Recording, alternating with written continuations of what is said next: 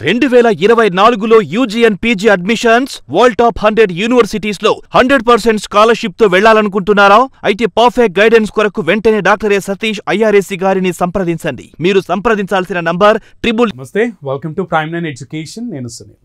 ఈరోజు మనతో పాటు ఉన్నారు డాక్టర్ సతీష్ ఐఆర్ఎస్సి గారు. Welcome sir. నమస్తే అండి.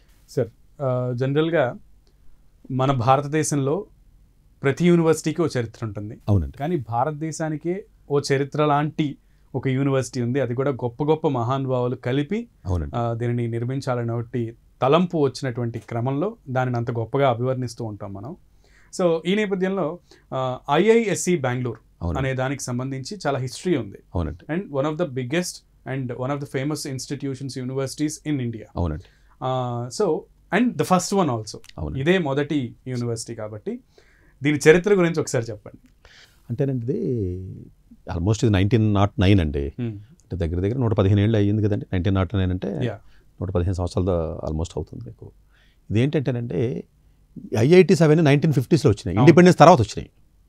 ఈ ఐఐఎస్సి బెంగళూరు ఏంటంటేనండి, ఇది ఎలా స్టార్ట్ అయిందంటే, ఒకసారి మీకు ఈ జంషెడ్ టాటా, ఎవరైతే టాటా ఫ్యామిలీలో ఫౌండర్ ఎవరైతే ఉన్నారో, జపాన్ నుంచి చికాగో మీకు ట్రావెల్ చేస్తున్న టైంలో స్వామి వివేకానంద ఆయన కలిపి ట్రావెల్ చేశారు. ఓకే. ట్రావెల్ చేసినప్పుడు ఒక డిస్కషన్ జరిగింది.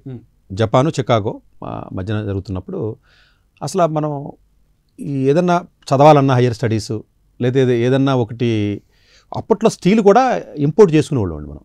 అంతే కదండి. ఇప్పుడు ఫస్ట్ పెట్టింది వాళ్ళే కదండి, మీ స్టీల్ ఇండస్ట్రీ పెట్టింది కూడా వాళ్ళే కదా. లేదు, అసలు కాలేజీ ఏదైనా మంచి సైన్స్కి సంబంధించి మనకు లేదు, మనం అందరం బయటికి వెళ్ళి మనం చదవడం లేకపోతే రీసెర్చ్ చేయడం అలా మన దేశంలో మనం ఎందుకు చేయకూడదు అన్న ఒక డిస్కషన్ స్వామి వివేకానంద గారు ఎక్స్ప్రెస్ చేశారు. ఆ టైంలో చేస్తే ఈయన మైండ్లోకి వెళ్ళింది, జంషెడ్ టాటా గారు వెళ్ళింది, మైండ్లోకి వెళ్ళింది. ఆ డిస్కషన్ అయిపోయింది, ఆ ట్రావెల్ అయిపోయింది. తర్వాత ఇంక ఈయన పని అయినా ఆయన పని అయినా మామూలు వేరే వేరే అప్పుడున్న దాని ప్రకారం జరిగినాయి. తర్వాత కరెక్ట్గా 5 సంవత్సరాల తర్వాత ఈయన ఫోన్ చేసి, ఈయన మరి ఫోన్ అంటే ఈయన కలవడం జరిగింది. ఉత్తరం రాశాడు అనమాట ఆయన స్వామి వివేకానంద గారికి. ఒక 5 సంవత్సరాల క్రితం మీరు నాతో అన్నారు, అది నేను సీరియస్గా దాన్ని వచ్చింది, నేను దానికి సంబంధించి నేను ఆలోచన నాకు ఇదయ్యింది, నేను దాన్ని మనం చేద్దామని చెప్పి అనుకుంటున్నామని చెప్పేసి అంటే ఈయన ఆశ్చర్యపోయాడు. మాట్లాడింది ఎప్పుడు, రెస్పాన్స్ ఎప్పుడు వచ్చింది అంటే, ఆల్మోస్ట్ మీకు మాట్లాడిన టైం చూస్తే 1893 అండి వాళ్ళు ట్రావెల్ చేసింది. 1893 తర్వాత ఒక 5 years తర్వాత. సరే, ఎట్లా స్టార్ట్ చేయాలి ఏంటి అన్న పర్స్పెక్టివ్లో చూసినప్పుడు, అక్కడ మైసూరు అప్పుడంతా ఇదే కదండి, మైసూర్ ప్యాలెస్, మహారాజ్ ఇలా ఉండేది కదండి. ఇప్పుడు మహారాజ్ కృష్ణరాజా వడియార్ 4 నడుస్తుంది, నెంబర్స్ ఉంటాయి కదా హిస్టరీలో చూస్తే 4 నడుస్తుంది.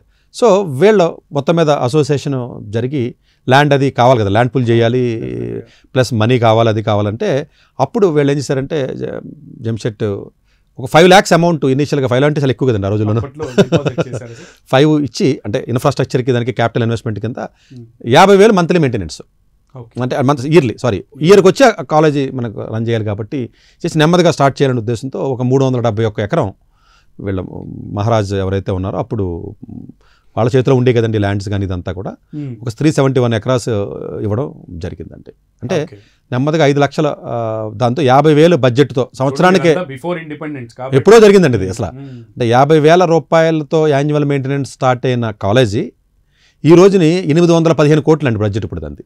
అంటే గవర్నమెంట్ ఆల్మోస్ట్ 8 సంవత్సరానికి 815-820 కోట్లు ఖర్చు పెట్టింది మనం.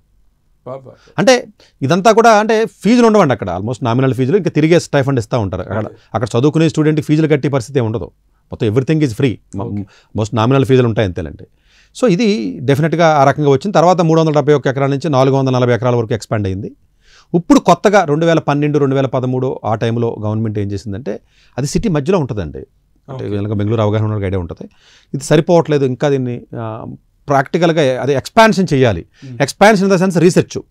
ఈ కర్ణాటక గవర్నమెంట్ ముందుకు వచ్చేసి ఏం చేసిందంటే, ఏదైతే మీకు వాటర్ రీసెర్చ్ అని కొన్ని ఎనర్జీ కానీ ఇలాంటి ఏరియాస్ మీద రీసెర్చ్ చేయాలంటేనంటే కొన్ని ప్రోటోటైప్ కట్టాలి, కన్స్ట్రక్ట్ చేయాలి కదండి, ఇంపార్టెంట్ కదండి. సో దానికి 1,500 ఎకరాల ఏకంగా గవర్నమెంట్ అలాట్ చేసింది కర్ణాటక గవర్నమెంట్.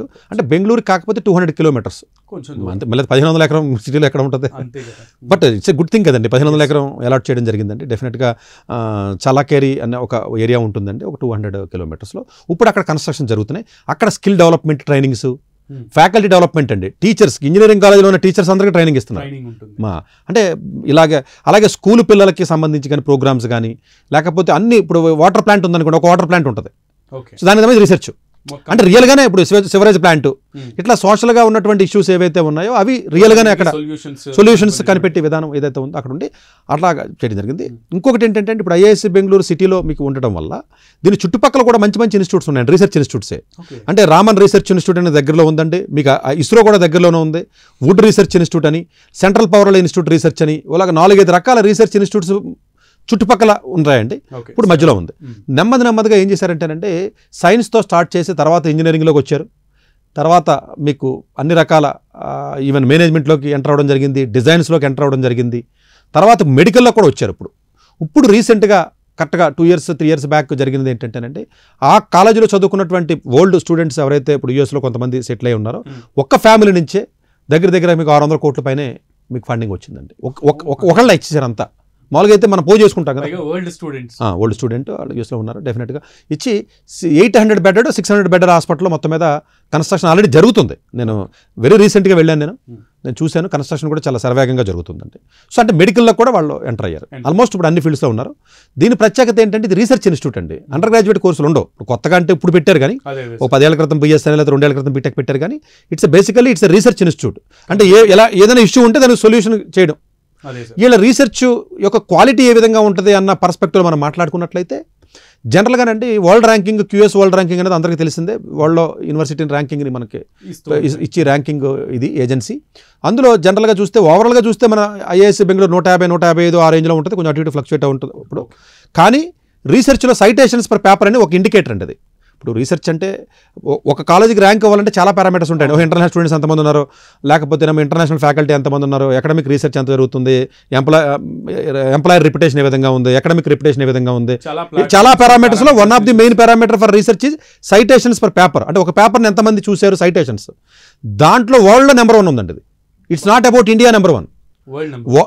మీరు గూగుల్లోకి వెళ్ళి world number 1 world university total ranking list QS world ర్యాంకింగ్లోకి వెళ్ళి సైటేషన్స్ పేపర్లోకి మీరు చూస్తే 2023-2022లో కూడా దాని కింద ఎంఐటి హార్వర్డ్ ఉంటుంది.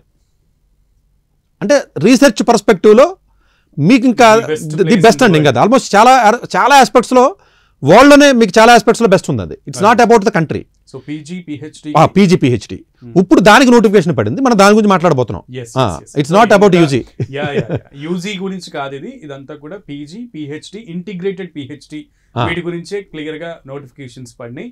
ఇంత హిస్టరీ అంటే ఇంత ఇంట్రొడక్షన్ లెంత్ తీసుకోవడానికి కారణం ఏంటంటే చాలా మందిలో నేను కూడా ఒకటి, చాలా మందికి ఎందుకు చెప్తున్నానంటే ఈ హిస్టరీ అనేది తెలియదు. యూనివర్సిటీస్ అంటే ఏదో ఇండియన్ యూనివర్సిటీస్ అంటే చాలా మందికి చాలా చిన్న చూపు ఉంటుంది, మన వాళ్ళకే, బయట వాళ్ళకి కాదు. సో అలాంటి వాళ్ళకి ఈ ఇంట్రడక్షన్ చాలా ఉపకరిస్తుందని నేను అనుకుంటున్నాను. సో ఇంక్లూడింగ్ మీ అని నేను కూడా ఇంక్లూడ్ చేసుకుంటున్నాను. సో ఇండియాలో the best university all around the world, the first place university ఇది. సో ఇప్పుడు ఓపెనింగ్స్ జరిగింది, దాని గురించి క్లియర్ గా సార్. కాదు సార్, పీజీ అండి, ఇంటిగ్రేటెడ్ పిహెచ్డి ఏ కోర్సెస్ విధానం అంటే ఇందులో ఒకటండి ఎంటెక్ రీసెర్చ్, 2 ఎంటెక్లు అండి, MTech research, MSc integrated PhD plus design, masters in design plus management, ఈ 7 రకాల ప్రోగ్రామ్స్కి నోటిఫికేషన్ పడిందండి. Okay sir. దీంట్లో స్టూడెంట్స్ ఎలా ఉంటారన్న దానికి మనం చూసుకున్నట్లయితే ఓవరాల్గా మొత్తం కాలేజీలోనంటే 525-550 మంది స్టాఫ్ మెంబర్స్ ఉన్నారండి. ఫ్యాకల్టీ 550 మంది ఉన్నారు, 550 మంది ఉంటారు. స్టాఫ్ వచ్చి ఒక 350, మొత్తం మిగతా స్టాఫ్ వాళ్ళు. స్టూడెంట్స్ వచ్చి 4,000 వేసుకుంటారు రఫ్గా. 4,000లో యూజీ 500 అండి, పీజీ 1000, పిహెచ్డి 3,000 ఉంది చూడండి. ఏకంగా అంటే మీకే పెరగట్లేదా? యూజీ 500, పీజీ 1000, 3,000 వచ్చి మీకు ఇంచుమించు పిహెచ్డి స్టూడెంట్స్ ఉన్నారండి. సో దీంట్లో మనం చూసుకున్నట్లయితేనంటే వీళ్ళు యాక్చువల్గా ఎలా ఉంటాయంటేనంటే బేసికల్గా సైన్స్ ఇన్స్టిట్యూట్ కాబట్టి బేసిక్ డిపార్ట్మెంట్స్ బయాలజికల్కి రిలేటెడ్ అంతా ఒక డిపార్ట్మెంట్ కింద అంటారు వీళ్ళు. కెమికల్ సైన్సెస్ మొత్తం కెమిస్ట్రీ, కెమికల్ సైన్సెస్ అంతా ఒకటి, ఫిజికల్ అండ్ మ్యాథమెటికల్ సైన్స్ అంతా ఒకటి, electronics, electrical and computer science ఒకటి, ఇంకొకటి mechanical science and inter disciplinary. చూసారు మెకానికల్ కూడా పక్కన సైన్స్ అని తగిలిచ్చారు వాళ్ళు. అంటే బేసికల్గా ఎవ్రీథింగ్ సైన్స్ డిపార్ట్మెంట్ నుంచి ఎవాల్వ్ అయినటువంటి ఇవ్వండి, అంతే కదండి. 50 ఏళ్ల క్రితం ఇంజనీరింగ్ లేదు కదండి, అది ఎక్కడండి. ఇప్పుడు సైన్సే ఉంది 100 ఏళ్ళు 200 ఏళ్ల క్రితం, ఇంజనీరింగ్ ఎప్పుడు వచ్చిందని ఈ మధ్యనే కదండి. గట్టిగా పోజేస్తే మీకు 70-75 years బ్యాక్ అలా ఇంజనీరింగ్ అనే పదమే లేదు, అంతేనండి. అంతకుముందు అలా ఆ పదమే లేదు మీకు, ఓన్లీ సైన్సే ఉంది. సో దీంట్లోకి వచ్చేటప్పటికంటే ఎంటెక్ ప్రోగ్రామ్కి వచ్చేటప్పటికంటే వాళ్ళు ఇచ్చి ఎంట్రన్స్ ఎలా ఉంటుంది, ఎంటెక్ రీసెర్చ్ కానీ ఎంటెక్ కానీ గేట్ ఎగ్జామ్ ఉంటుందండి. గేట్ ఎగ్జామ్ ద్వారా వెళ్ళొచ్చు. కాకపోతే వీళ్ళకున్న ఇంకొక ఇదేంటంటే కొన్ని కోర్సులేమో 100% గేట్ స్కోర్తో వెళ్ళొచ్చు, కొన్ని కోర్సులేమో 70% గేట్కి వెయిటేజ్ ఇచ్చి ఒక 30% ఇంటర్వ్యూ ఉంటుంది. కొన్ని కోర్సులకేమో 70% గేట్ వెయిటేజ్ ఇచ్చి 30% ఇంటర్వ్యూ ప్లస్ రిటన్ టెస్ట్. అంటే ఈ కాంబినేషన్స్ కూడా ఉంటాయండి. అంటే ఆ డిపార్ట్మెంట్ వాళ్ళు ఫైనలైజ్ చేసుకుంటారు లాగా. అప్రాక్సిమేట్గా ఒక 40 డిపార్ట్మెంట్స్ వరకు ఉంటాయండి, 40 ల్యాబ్స్ వరకు ఉంటాయి అక్కడ.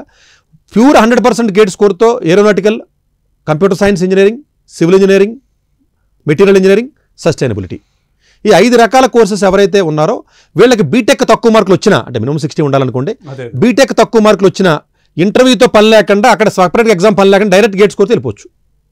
ఇది ఒక స్టూడెంట్స్కి అడ్వాంటేజ్. అలా కాకుండా కొంతమందికి కొన్ని డిపార్ట్మెంట్స్ ఉన్నాయండి, వాళ్ళేంటి గేట్ తక్కువ వచ్చినా కూడా లోపలికి వెళ్ళే మార్గం అనమాట. ఇప్పుడు బయోటెక్ ఉందండి, ఫర్ ఎగ్జాంపుల్ చాలా మంది బయాలజీ స్టూడెంట్స్ అడుగుతుంటారు బయోటెక్ కానీ, లేకపోతే ఎర్త్ సైన్స్ కానీ, క్లైమేటిక్ సైన్స్, క్లైమేట్ మీద కూడా విపరీత రీసెర్చ్ జరుగుతుందండి. ఈసీఈ కానీ, ఎలక్ట్రానిక్ సిస్టమ్స్ అంటారండి. ఎలక్ట్రానిక్స్ వేరు, ఎలక్ట్రానిక్ సిస్టమ్స్ వేరు. ఎలక్ట్రానిక్స్ ఇన్స్ట్రుమెంటేషన్, అది ఇన్స్ట్రుమెంటేషన్ ఏదైనా అవ్వచ్చు, మెడికల్ ఇన్స్ట్రుమెంటేషన్ అవ్వచ్చు, మామూలుగా ఇన్స్ట్రుమెంటేషన్ కూడా అవ్వచ్చు, మెకానికల్ ఇంజనీరింగ్ కానివ్వండి, microelectronics and VLSI design, mobility engineering, అలాగే quantum technology, robotics and autonomous, లేకపోతే సెమీ కండక్టర్స్ కానీ, సిగ్నల్ ప్రాసెసింగ్ కానీ, స్మార్ట్ మ్యానుఫ్యాక్చరింగ్, మామూలు మ్యానుఫ్యాక్చరింగ్, స్మార్ట్ మ్యానుఫ్యాక్చరింగ్, ఇలాంటివి దగ్గర ఒక 15 కోర్సుల వరకు ఉన్నటువంటి ఎంటెక్ ప్రోగ్రాము, ఎంటెక్ రీసెర్చ్. 70% ఏమో గేట్ వెయిటేజ్ కలిపి ఒక 30% ఇంటర్వ్యూ ఇస్తారు. దీంట్లో ఇంకొక ప్రత్యేకత ఏంటంటే బీటెక్ పర్సెంటేజ్ తక్కువ ఉన్న పర్లా, బీటెక్ పర్సెంటేజ్తో పని లేదు దీనికి. యూజీ ఒకవేళ ఎవరైనా వీక్గా ఉన్నా గేట్ పర్ఫార్మెన్స్ కొంచెం బెటర్గా చేస్తే వెళ్ళిపోవచ్చు లోపలికి, అంతే కదండి. కొంతమంది గేట్ కొన్నాటికి జీపీఏ ఉండాలి, కొంతమందికి ఉండక్కర్లేదు, దీనికి అక్కర్లా. అట్లాగే మీకు 70 ఇంకోటి ఆర్టిఫిషియల్ ఇంటెలిజెన్స్ ఎక్స్క్లూసివ్గా ఎంటెక్ ఉందంటే, ఇంకోటి కెమికల్ ఇంజనీరింగ్. ఈ రెండింటికి మాత్రం గేట్ 70% ఇంటర్వ్యూ ఉండదు, మిగిలిన 30% ఆడో ఎగ్జామ్ కండక్ట్ చేస్తాడు వాడు సపరేట్గా, ఐఏఎస్సి ఎగ్జామ్ అంటారు దాన్ని.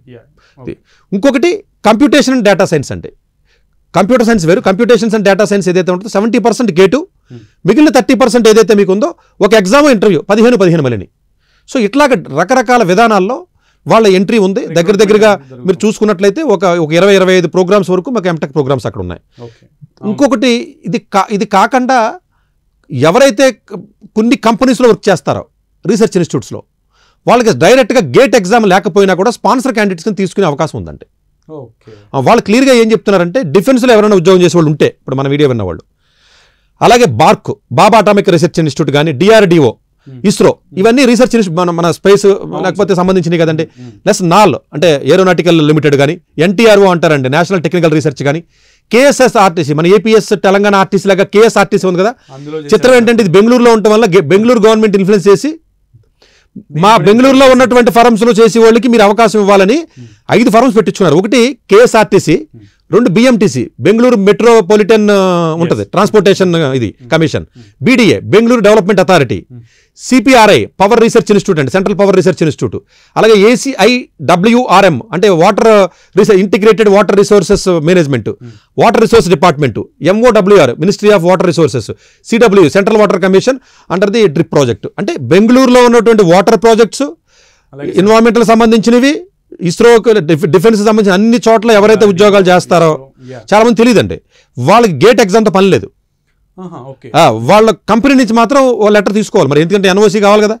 అంతే ఎన్ఓసి తీసుకుని గేటు కొన్ని కోర్సులకు మాత్రం గేట్ క్వాలిఫై అవ్వడం, మెజారిటీ ఆఫ్ ది కేసెస్లో గేట్ లేకపోయినా కూడా స్పాన్సర్ కింద వెళ్ళొచ్చు. ఇది వాళ్ళకి ఆల్రెడీ యూజీ పీజీ ఉంటుంది, వెళ్ళొచ్చు. దీనికి ఎలిజిబిలిటీ కూడా అంటే కంపల్సరీగా పీజీ చేయాలనుకుంటారు చాలా మంది, అంటే అఫ్ కోర్స్ ఎంటెక్ కాబట్టి యూజీ చేసి వెళ్తారు. దీనికి చాలా మంది బీటెక్ మాత్రమే అనుకుంటారు, కాదు.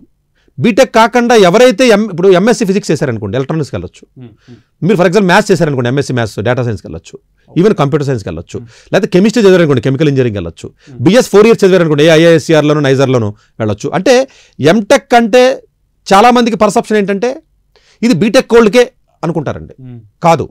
అసలు బీటెక్ అన్నది మీరు మైండ్లో తీసేయండి. గేట్ ఎగ్జామ్ ఎవరైనా కూడా రాయొచ్చు, ఈవెన్ 3 years బీఎస్సీ వాడు కూడా రాయొచ్చు. సో బీఎస్సీ వాడు ఫిజిక్స్ వాడు, కెమిస్ట్రీ వాడు, మ్యాథ్స్ వాడు రాయొచ్చు. లైఫ్ సైన్స్ అని ఉంటుంది పేపరు, ఫిజికల్ సైన్సెస్ ఉంటుంది, మ్యాథమెటికల్ సైన్స్ ఉంటుంది, డేటా సైన్స్ ఉంటుంది, బయాలజీ ఉంటుంది గేట్లో. ఎలాంటి డిగ్రీ మీరు చదివినప్పటికీ కూడా గేట్ ఎగ్జామ్ రాసి చక్కగా మీకు వెళ్ళి వెసులుబాటు ఉంటుంది. ఒకవేళ గేట్ ఒకటేనా అన్న డౌట్ కాదు.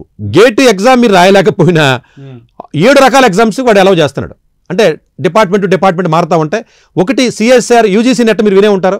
యూజీసీ నెట్లో సిఎస్ఐఆర్ ఉంటుందండి.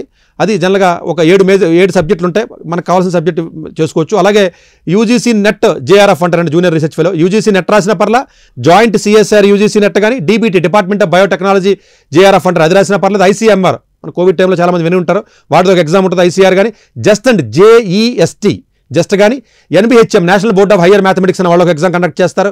అట్లాగే మీకు ఇన్స్పైర్ డిఎస్టీ వాళ్ళు department of science and technology. ఓవరాల్గా మీరు చూసుకున్నట్లయితే 7 రకాల ఎగ్జామ్స్ రాసి లోపలికి వెళ్ళిపోవచ్చండి. కాకపోతే మీరు అప్లై చేసి కోర్సు బట్టి ఆ కోర్సు మారుతుంది. ఇది ఓవరాల్గా మనం చూసుకున్నట్లయితే ఎంటెక్ ప్రోగ్రాము రీసెర్చ్ కానీ ఇది కానీ. Next coming to the design అంటే చెన్నై కాబట్టి ముందు కంప్లీట్ చేద్దాం, పిహెచ్డీకి వెళ్ళే ముందు. డిజైన్ మాస్టర్స్ ఇన్ డిజైన్ చేయాలి అంటే చాలామంది ఏమనుకుంటారంటే బ్యాచిలర్స్ డిజైన్ చేయాలనుకుంటారు. బ్యాచిలర్స్లో డిజైన్ చేయవలసిన అవసరం లేదు. ఫస్ట్ పాయింట్, డిజైన్ కోర్సు ఏ ఇంజనీరింగ్ స్టూడెంట్ అయినా కూడా మీరు మాస్టర్స్ ఇన్ డిజైన్స్లోకి వెళ్ళాలి. డిజైన్స్కి వెళ్ళాలి అంటే చాలామంది మళ్ళీ ఏమనుకుంటారంటే సీడ్ అని ఒక ఎగ్జామ్ ఉంటుందండి, ఐఐటీ వాళ్ళు కండక్ట్ చేస్తారు. Seed common entrance examination for design. Seed exam రాసి వెళ్తారు ఐఐటీస్కి. ఐఐఎస్సి బెంగళూరు వాళ్ళు సీడ్ ఎగ్జామ్ కాకుండా ఉన్నా పర్వాలా, లేకుండా డైరెక్ట్గా గేట్తో కూడా ఇస్తారండి డిజైన్ కోర్సు. అది మీరు సివిల్ ఇంజనీరింగ్, మెకానికల్ ఇంజనీరింగ్ చదివినా కూడా డిజైన్కి వెళ్ళొచ్చు. కాదు సార్, సారీ ఫర్ ద ఇంత knowledge how is it possible sir? నేను కళ్ళు తేలేస్తున్నాను. బికాస్ ఇంతమంది అన్ని బ్యాక్గ్రౌండ్స్ గుర్తుపెట్టుకోవడం ఒక లెక్క అయితే, ఎక్కడి నుంచి ఎవరు వచ్చినా కూడా జాయిన్ అవ్వచ్చు అని చెప్పడం కూడా ఇంకొక మిరాకిల్. నిజంగా కొన్ని మిరాకిల్ బ్రెయిన్సే ఉంటాయి భూమి మీద, అందులో ఒకటి మీద చెప్పుకోవచ్చు. Too much impressive sir. నిజంగా చూసే వాళ్ళకి అదృష్టం ఉండాలి అడాప్ట్ చేసుకోవడానికి. అంటే అఫ్ కోర్స్ అలా మీకు కంటెంట్ మనకి ఉండట్లేదండి బయట. అట్లీస్ట్ నాకేదో ఆ ఇంట్రెస్ట్ ఉంది కాబట్టి నేను చెప్తున్నాను, లేకపోతే నేను అందరిలాగా ఉద్యోగం చేసుకోవాల్సి ఉండే మామూలుగా. లేదు సార్, అంత అంటే అన్ని బ్రాంచెస్ ని మీరు కవర్ చేస్తూ అందరికీ చెప్తున్నారు చూడండి, అది అందుకు. అసలు నాకు నిన్న మొన్న అయితే నేను 80% ఆస్ట్రేలియాలో నేను మెడిసిన్ ఎంబీబీఎస్ చదివాను సార్, పీజీకి వెళ్ళాలంటే. ఆస్ట్రేలియా పీజీకి ఎవడో చెప్పట్లేదు సార్, అసలు మొత్తం తిరిగాను సార్ అన్నాడు. సో ఆస్ట్రేలియా మెడికల్ పీజీకి వెళ్ళడం అనేది ఇట్స్ బిగ్ సబ్జెక్ట్ యాక్చువల్గా. మేబీ ఎప్పుడన్నా మనం వీలున్నప్పుడు చేద్దాంలేండి. అంటే అట్లా ఇది ఈ డిజైన్ కోర్సు ఏదైతే ఉంటుందో, మీరు సీడ్ ఎగ్జామ్ రాస్తే సీడ్ ఎగ్జామ్ కౌన్సిలింగ్ మళ్ళీ వేరు ఉంటుంది. అలాగే గేట్ ఎగ్జామ్ ద్వారా రాస్తే మీకు కౌన్సిలింగ్ వేరు ఉంటుంది. సిఓఏపీ అని ఒక కౌన్సిలింగ్ ఉంటుందండి. ఆ సిఓఏపీ అనే కౌన్సిలింగ్ పోర్టల్లోకి వెళ్ళి మీరు అప్లై చేసి మీరు వెళ్ళొచ్చు. అలా కాకుండా మేనేజ్మెంట్ ఉంటుందండి, ఎంబీఏ ప్రోగ్రామ్. కాకపోతే మాస్టర్స్ ఇన్ మేనేజ్మెంట్ అంటారు. చాలామంది ఎంబీఏ ప్రోగ్రామ్కి ఏమనుకుంటారు, మళ్ళీ క్యాట్ ఎగ్జామ్ ఉంటేనే వెళ్ళాలి అని అనుకుంటామండి మనం జనరల్గా. ఐఐఎస్సి బెంగళూరులో ఉన్నటువంటి బ్యూటీనెస్ ఏంటంటే, చాలామందికి మీరు ఐఐఎంస్కి వెళ్ళాలి అంటే ఎంబీబీఏకి 10th class score 12th class score కూడా చాలా ఇంపార్టెంట్ అని మేమే చెప్తున్నాం. అట్లాగే క్యాట్ ఎగ్జామ్ కావాలని చెప్తున్నాం. This is the only top institute in the country where cat exam is not mandatory. అంటే క్యాట్ ఎగ్జామ్ మీరు లేకపోయినా కూడా, జీమాట్ రాసినా కూడా, ఈవెన్ మీరు గేట్ ఎగ్జామ్ రాసినా కూడా, అంటే గేట్తో మేనేజ్మెంట్కి వెళ్ళగలిగే ఇన్స్టిట్యూట్ ఇది. మామూలుగా క్యాట్ అందరూ రాయలేకపోవచ్చు. అంటే మీరు గేట్ ఎగ్జామ్ రాసినా, క్యాట్ ఎగ్జామ్ రాసినా, జీమాట్ ఎగ్జామ్ అండి అబ్రాడ్, ఈ 3 ఎగ్జామ్స్ మీరు రాసి మాస్టర్స్ ఇన్ మేనేజ్మెంట్కి మీరు వెళితే, దీంట్లో ఉన్న ఇంకొక పాయింట్ ఏంటంటే 10th క్లాస్కి 12th క్లాస్ మార్క్స్కి వెయిటేజ్ ఉండదు. కొంతమంది 10th 12th మార్క్స్ ఉండవు, వాడు పాపం ఇంకా ఐఐఎంకి వెళ్ళలేకపోతున్నానన్న బాధ ఉంటుంది కదా, వాడికి ఇది ప్లస్. అంటే ఇతను ఏం చేయాలి, ఓన్లీ డిగ్రీ స్కోర్కి వెయిటేజ్ ఉంటుంది 15%, క్యాట్కి స్కోర్కి 15% ఉంటుంది, కమ్యూనికేషన్కి ఒక 40%, ఇంటర్వ్యూకి 30% అని చెప్పి 4 మొక్కలు చేశారు. మీరు ఇంటర్వ్యూకి వెళ్ళిన తర్వాత మీ కమ్యూనికేషన్ స్కిల్స్ ఎలా ఉన్నాయి, మీ ఇంటర్వ్యూ స్కిల్స్ ఎలా ఉన్నాయన్న దాన్ని బట్టి మీకు సీటు. స్కోర్కి వెయిటేజ్ ఎక్కువ లేదు. జస్ట్ మీరు క్వాలిఫై కూడా, మీరు గేట్ లాంటిది క్వాలిఫై అయినా కూడా మీరు ఇంటర్వ్యూ పిలిచేస్తాడు. సో ఇది it's all about the PG ప్రోగ్రామ్లో మీకు ఎంటెక్. పీజీలో ఇంకొక ప్రోగ్రామ్ మీరు చూసుకున్నట్లయితే ఎంఎస్సి. ఇది ఎంటెక్ మాట్లాడాను ఇప్పుడు నేను, డిజైన్ మాట్లాడా, ఇంకొకటి వచ్చి మీకు మేనేజ్మెంట్ మాట్లాడాను, ఇప్పుడు ఎంఎస్సికి వచ్చినాను. ఎంఎస్సిలోకి వచ్చేటప్పటికి జనరల్గా ఎంఎస్సి అంటే 2 రకాల డిపార్ట్మెంట్స్ ఉంటాయండి. ఒకటి లైఫ్ సైన్స్ ఉంటుంది, మామూలుగా కెమికల్ సైన్స్ ఉంటుంది. లైఫ్ సైన్స్ అంటే అన్నీనండి, ఫిజిక్స్, కెమిస్ట్రీ, బయోటెక్నాలజీ, మ్యాథ్, మొత్తం మీరు ఓవరాల్గా మీకు ఏదైతే మీకు ఎన్విరాన్మెంటల్ ఇదంతా కూడా మీకు లైఫ్ సైన్సెస్ కింద వస్తాయండి. దీనికి ఎంఎస్సికి మీరు వెళ్ళాలి అనుకున్నట్లయితే, ఎంఎస్సిలో లైఫ్ సైన్స్కి వెళ్ళాలి అంటే జాతకమైన ఎంఎస్సిలో లైఫ్ సైన్స్కి వెళ్ళాలంటే జనరల్గా ఎంఎస్సికి వెళ్ళాలంటే జామ్ ఎగ్జామ్ ఒకటి ఉంటుందండి, ఐఐటి వాళ్ళు కండక్ట్ చేస్తారు, జాయింట్ అడ్మిషన్. ఈ జామ్ ఎగ్జామ్ ఏదైతే మీకు ఉందో ఆ ఎగ్జామ్ ద్వారా జనరల్గా మీకు ఎంఎస్సికి వెళ్ళొచ్చు ఐఐఎస్సి బెంగళూరులో. ఇందులో లైఫ్ సైన్స్ ఉంది, మీకు కెమికల్ సైన్స్ ఉంది. వీడు ఏం చేశాడంటే లైఫ్ సైన్స్లో జామ్ ఎగ్జామ్ రాసి మీరు లైఫ్ సైన్స్కి వెళ్ళొచ్చు. అది biotechnology, physics, chemistry, mathematics, what ever it is, అన్ని లైఫ్ సైన్స్కి వెళ్ళొచ్చు.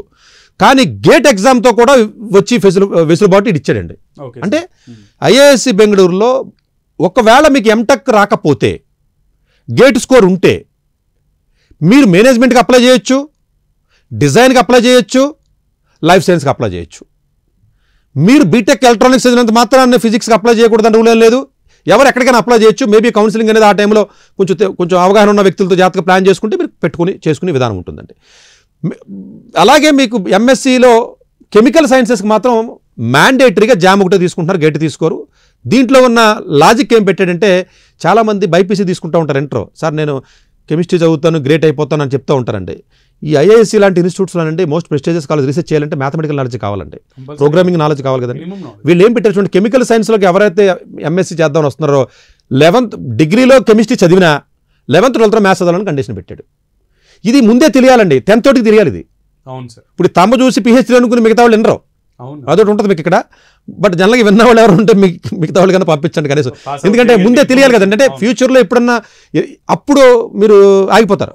డాక్టర్ ఏ సతీష్ గారు ఏపీ తెలంగాణ విద్యార్థులకు సుపరిచితమైన పేరు. సతీష్ గారు 2001 యూపీఎస్సీ పరీక్షల్లో ఉత్తీర్ణులై ఇండియన్ రైల్వే విభాగంలో ఉద్యోగం సాధించారు. సతీష్ గారు చదివిన చదువులు engineering, MTech, MBA, executive MBA, MSc, MBA HR, MA psychology లాంటి పోస్ట్ గ్రాడ్యుయేషన్ డిగ్రీలతో పాటు డాక్టరేట్ కూడా చదవడం జరిగింది.